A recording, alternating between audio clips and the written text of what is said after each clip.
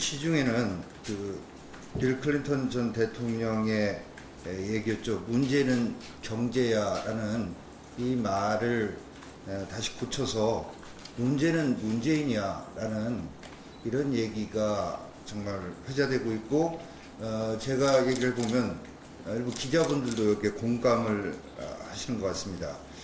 정치를 정말 이렇게 혼란한 상황으로 만들어 놓은 장본인이 대통령인데, 대통령은 이 모든 것을 본인은 무관한 척 하면서 야당 탓을 하고 있고, 경제는 정말 민생이 도탄에 빠져들고 있음에도 불구하고 경제가 성공으로 가고 있다라고 하니 이런 얘기가 나오지 않을 수가 없을 것입니다.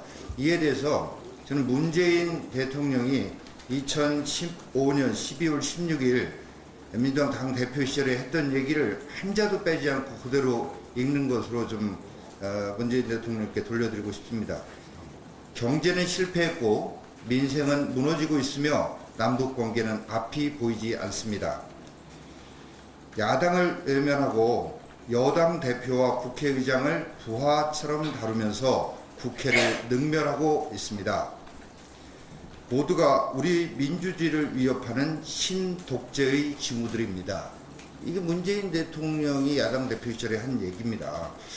근데 대통령이 이런 인식을 가지고 있으니까 여당이 하는 짓은 더욱 가관인 것이, 우리 당의 당 대표를 비롯해서 민생을 위해서, 민생을 챙기기 위해서 현장으로 나서서 대장정을 하고 있는데, 이걸 가짜라고 하면서 자신들이 진짜 민생 대장정을 하겠다고 합니다. 자신들이 하는 것만 진짜고 다른 사람이 하는 건 다 가짜고, 자신들을 비판하면 다 가짜 뉴스고, 여론조사도 못 믿겠고, 이런 식의 태도를 보이고 있는 거 아니겠습니까? 진짜 민생 살피겠다면 청와대 자영업 비서관, 관련 부처 국장까지 불러놓고 했던 간담회에서 나온 얘기를 좀 새기기 바랍니다. 이 자리에서 30명 근무하던 매장에 직원이 단 한 명밖에 안 남았다. 최저임금이 올라서 문을 닫은 동료 업주들이 너무나 많다. 이 매장 열 대는 가게 구하기가 그렇게 힘들었는데 지금은 주변에 빈 점포가 널려 있다. 자영업자 대책 읽어봤는데 피부에 와닿는 거 하나도 없다. 이렇게 얘기를 했는데, 이거 다 듣고 나서 뼈아픈 지적입니다 하면서도 최저임금에 대한 얘기 한마디도 하지 않고 있습니다.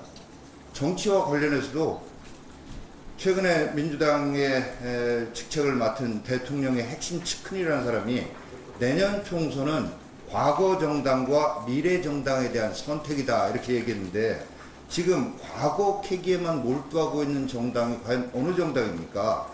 전 정권을 넘어서서 5.18, 6.25, 일제강점기, 동학운동 시기까지 과거로만 돌아가고 있는 정당 입에서 이런 얘기가 나온다는 것이 참으로 후한무치하다라는 지적을 하지 않을 수 없습니다.